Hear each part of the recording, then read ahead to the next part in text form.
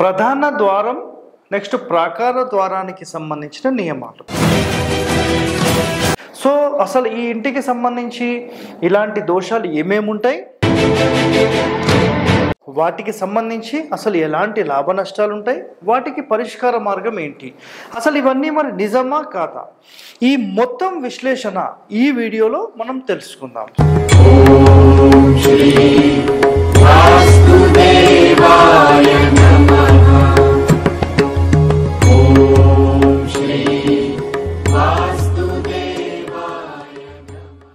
ప్రేక్షకులందరికీ నమస్కారం.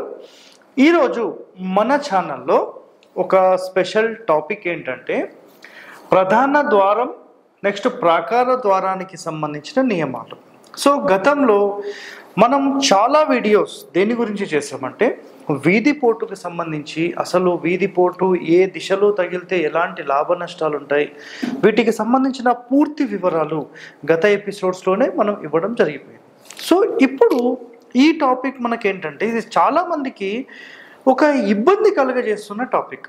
ఆ టాపిక్ ఏంటంటే, సార్ మా యొక్క ఇల్లు ఏదైతే ఉందో ఆ ఇంటి గేట్ ఏదైతే ఉందో ఈ గేట్ ఆపోజిటు ఎదురింటి గేట్ వస్తుంది, ఇది ఎలాంటి లాభ నష్టాలను కలిగిస్తుంది, మాకు అది పెట్టినప్పటి నుంచి మాకు ఇబ్బందిగానే ఉంది అని మాట్లాడతారు. ఒకటోది. రెండోది మాట్లాడదాం. ఇప్పుడు ఈ గృహానికి ఫర్ ఎగ్జాంపుల్ ఆపోజిట్లో గనక ఇక్కడ ఒక ఇల్లు ఇట్లా ఉంది, సరే ఈ మూల మాకేమన్నా ఇంపాక్ట్ చేస్తుందా అనేవి చాలామందికి ఉండే నెక్స్ట్ డౌట్.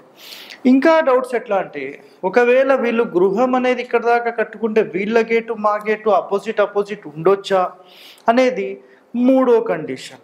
ఇప్పుడు నాలుగో కండిషన్లోకి వెళ్తే, సార్ మా యొక్క ఇల్లు ఇట్లా ఉంది, దీని ఆపోజిట్లో కరెక్ట్గా వీళ్ళ యొక్క పిల్లర్ వచ్చింది సార్, మరి ఆ పిల్లర్ దోషం మాకేమన్నా చేస్తుందా, నాలుగోది.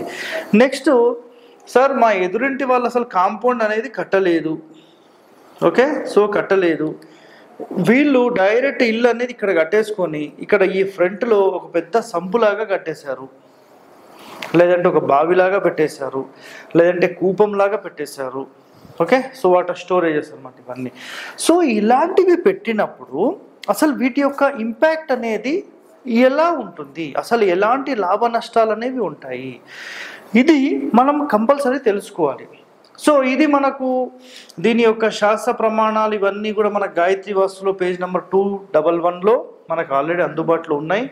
సో అసలు ఈ ఇంటికి సంబంధించి ఇలాంటి దోషాలు ఏమేమి ఉంటాయి, వాటికి సంబంధించి అసలు ఎలాంటి లాభ నష్టాలు ఉంటాయి, వాటికి పరిష్కార మార్గం ఏంటి, అసలు ఇవన్నీ మరి నిజమా కాదా, ఈ మొత్తం విశ్లేషణ ఈ వీడియోలో మనం తెలుసుకుందాం. సో గృహానికి సంబంధించిన మెయిన్ డోర్ ఆర్ గేట్, వీటికి సంబంధించి టోటల్గా దోషాలు ఎలాంటివి ఉంటాయి, దాని పరిష్కార మార్గాలు. ఇప్పుడు మొట్టమొదటి పాయింట్ తీసుకుంటే, ఇది మన ఇల్లు అండి, ఇది మొత్తం కాంపౌండ్, ఇది మన ఇల్లు. సో వీటికి సంబంధించి ఆపోజిట్లో ఇక్కడ చూడండి పరుల కోణము అన్న. సో కోణము అంటే అది పిల్లరా, ఇళ్ళ, మూలన, స్థల మూలన, ఇవన్నీ ఉంటాయి కదా. సో డీటెయిలింగ్లోకి వెళ్తే స్థల కోణము అన్నారు. సో ఫర్ ఎగ్జాంపుల్ ఇక్కడ ఓన్లీ ఎంటీ ల్యాండ్ ఉందండి, ఇది ఒక ఎంటీ ల్యాండ్, ఓకే. సో ఇట్లా ఎంటీ ల్యాండ్స్ ఉన్నాయి, అంతే, ఇట్లా జస్ట్ ఎంటీ ల్యాండ్స్ ఉన్నాయి. ఈ మూల మాకు పడుతుంది సార్, దీనివల్ల నిజంగా ఎలాంటి ఇబ్బంది ఉండదు. శాస్త్రంలో కాదు, మీరు నిజంగా ఒక ప్రాక్టికల్గా ఆలోచన చేయండి. ఇది 100% ఏ కారణం చేత చెప్పారనేది కూడా నేను చెప్తాను. ఒక ఎంటీ ల్యాండ్ అసలు ఎలాంటి కాంపౌండ్ లేనటువంటిది మీకు ఎలాంటి నష్టము ఇది కలగజేయదు, it's clear, okay. So next, ఈ ఇంటికి సంబంధించి ఆపోజిట్లో ఇక్కడ ఒక ఇల్లు ఇట్లా కట్టారు, లేదంటే ఒక కాంపౌండ్ కట్టారు, సార్ ఈ కాంపౌండ్ కట్టినప్పటి నుంచి మాకు ఇబ్బంది ఉంది అన్నారు అనుకోండి, ఇది ఎస్ అంటారు. కాంపౌండ్ యొక్క మూల ఇది షార్ప్ 90 degrees కోణం వచ్చి డైరెక్ట్ గేట్కి హిట్ అయినప్పుడే మనకు దీని ఇంపాక్ట్ అనేది ఉంటుంది. సో ఎంతో మందికి ఇవి నేను కట్టించలేదు కూడా, ఓకే. సో ఒకటో పాయింట్.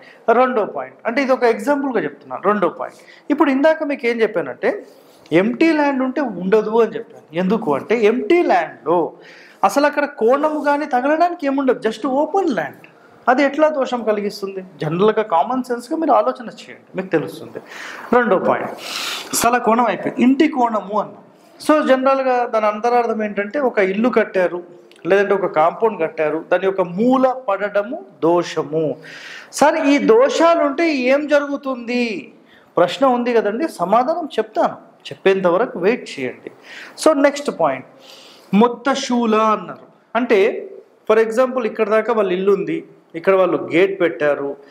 ఈ గేట్ యొక్క దిమ్మె ఉంటుంది కదండి, ఇట్లా పెద్ద దిమ్మె ఉంటుంది కదా గేట్కి, 2 సైడ్స్ మధ్యలో గేట్ ఉంటుంది. సో దీని యొక్క కోణము అని దాని అంతరార్థం. సో అది కూడా పడొద్దు. అంటే శాస్త్రంలో చెప్పిన కాన్సెప్ట్ ఏంటంటే, ఎదుటి వాళ్ళు కూడా బాగుండాలి, మన వల్ల ఎదుటి ఇంటి వాళ్ళకు కూడా ఎలాంటి ఇబ్బంది ఉండొద్దు. సో ఇలా కంప్లీట్గా ప్యూరిఫికేషన్ చేసి అసలు ఎలా ఉంటే ఒక ఇంటి గల వాళ్ళు చాలా ఆరోగ్యంగా, నిదానంగా, ప్రశాంతంగా వాళ్ళ లైఫ్ లీడ్ చేస్తారు. సో దీనికి ఎన్నో కండిషన్స్ మనకు చెప్పారు. దాని తర్వాత స్తంభము అన్నాం. So main gate, main door, వీటి ఆపోజిట్లో ఎలాంటి స్తంభం అంటే ఏం లేదండి, సింపుల్ ఈ కాలంలో పిల్లర్ అనుకోండి. నెక్స్ట్ ఇంటి ద్వారము ఉండొద్దు. అంటే ఈ గేట్కి ఈ గేట్ కూడా ఉండొద్దు, ఈ డోర్కి ఈ డోర్ కూడా ఉండొద్దు. ఫర్ ఎగ్జాంపుల్ ఇది ఒక ఇల్లే, ఓన్లీ ఇల్లే, ఇది ఒక ఇల్లే, ఓకే. ఈ డోర్ ఆపోజిట్ ఉండకూడదు. నెక్స్ట్ ఇక్కడ చూసారు కదా ఇంటి ద్వారం. నెక్స్ట్ కూపము అన్నాం. సో ఇందాక చెప్పాను కదా, సంపు కానీ వాటర్ స్టోరేజ్కి సంబంధించి కానీ ఉండొద్దు. సింహద్వార దృష్టి. సో దీని దృష్టి, ఈ సింహద్వార దృష్టి, గేట్ల దృష్టి పడొద్దు.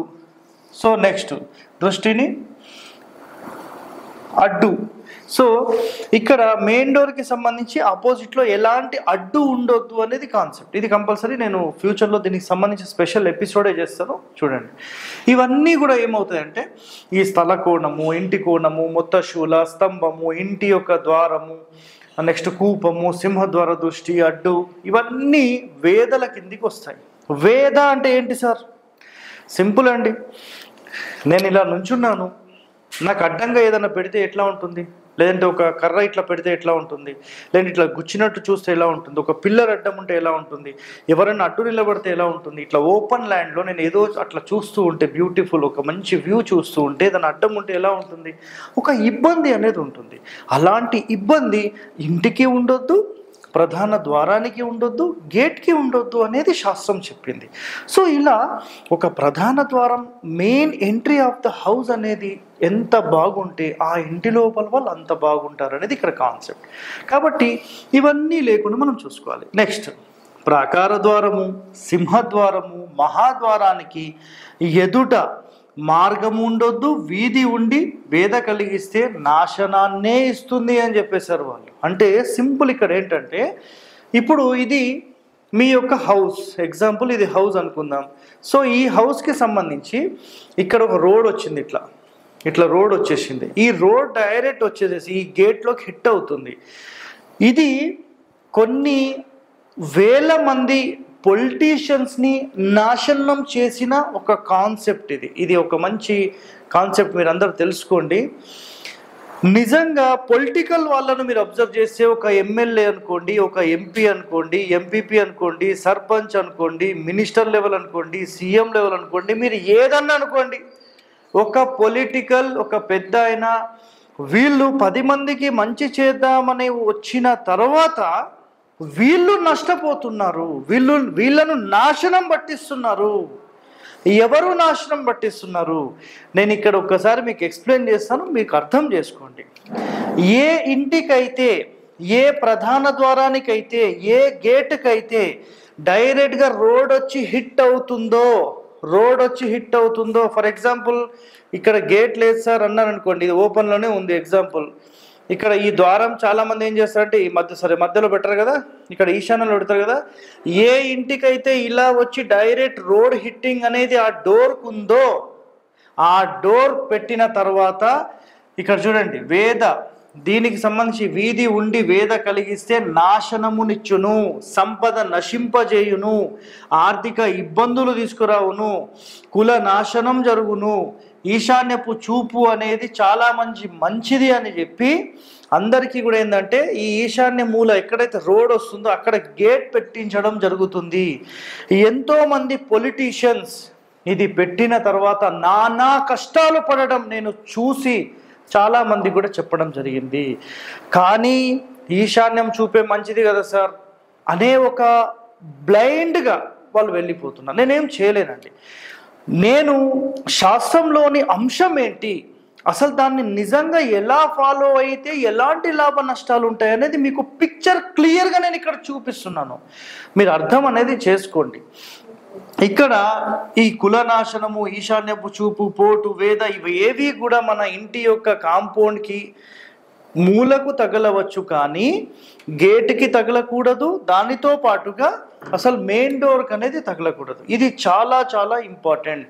సో ఇవి చెయ్యక చాలామంది లోకల్ వాస్తు పండితులు చాలామంది అంటే ఈశాన్యపు చూపు మంచిది, చూపు దేనికి ఉండాలండి, కేవలం కాంపౌండ్కి ఒక మూల 2 అడుగులో 3 అడుగులో 4 అడుగులో తగలడం ఓకే, రైట్, యాక్సెప్టెడ్. కానీ గేట్ పెట్టకూడదు, డోర్ పెట్టకూడదు. ఇది పెట్టిన తర్వాత నష్టం జరగలేదు అనేది నాకు క్లారిటీగా చెప్పండి. మీరు పొలిటికల్గా ఎదుగుతారా, కానీ మెంటల్ టెన్షన్ లైఫే మీకు ఉంటుంది. క్లియర్గా ఇది గుర్తుపెట్టుకోండి. సో ఇలాంటి ఎంతో సమాచారం మన హరివాస్తులో మనం అందించడం అనేది జరుగుతుంది, మన ఛానల్లో మనం అందించడం అనేది జరుగుతుంది. సో మీరు నిజంగా వాస్తుకి సంబంధించి ఒక ఎక్స్పర్ట్ అవ్వాలి అని భావిస్తే నిజంగా మన ఛానల్ని మీరు ఫాలో అవ్వండి. మీరు ఒక ప్రొఫెషనల్ 6 నెలల నుంచి సంవత్సరంలో అవుతారు. సో ఇలాంటి ఎన్నో రహస్యాలతో వాస్తు అనేది ఒక మహాసముద్రం. ఆ సముద్రంలో కొన్ని నీటి బిందువుల్లాగా కొన్ని చిన్న చిన్న పాయింట్స్ తీసుకొని మనం జ్ఞానాన్ని సంపాదించుకునే దిశగా మనం అందరం వెళ్ళాలనేది ఒక కాన్సెప్ట్. సో ఇలాంటి సమాచారం మీకు కావాలనుకుంటే మీరందరూ మా ఛానల్ సబ్స్క్రైబ్ చేయండి, లైక్ చేయండి, 10 మందితో షేర్ చేయండి. ధన్యవాదాలండి.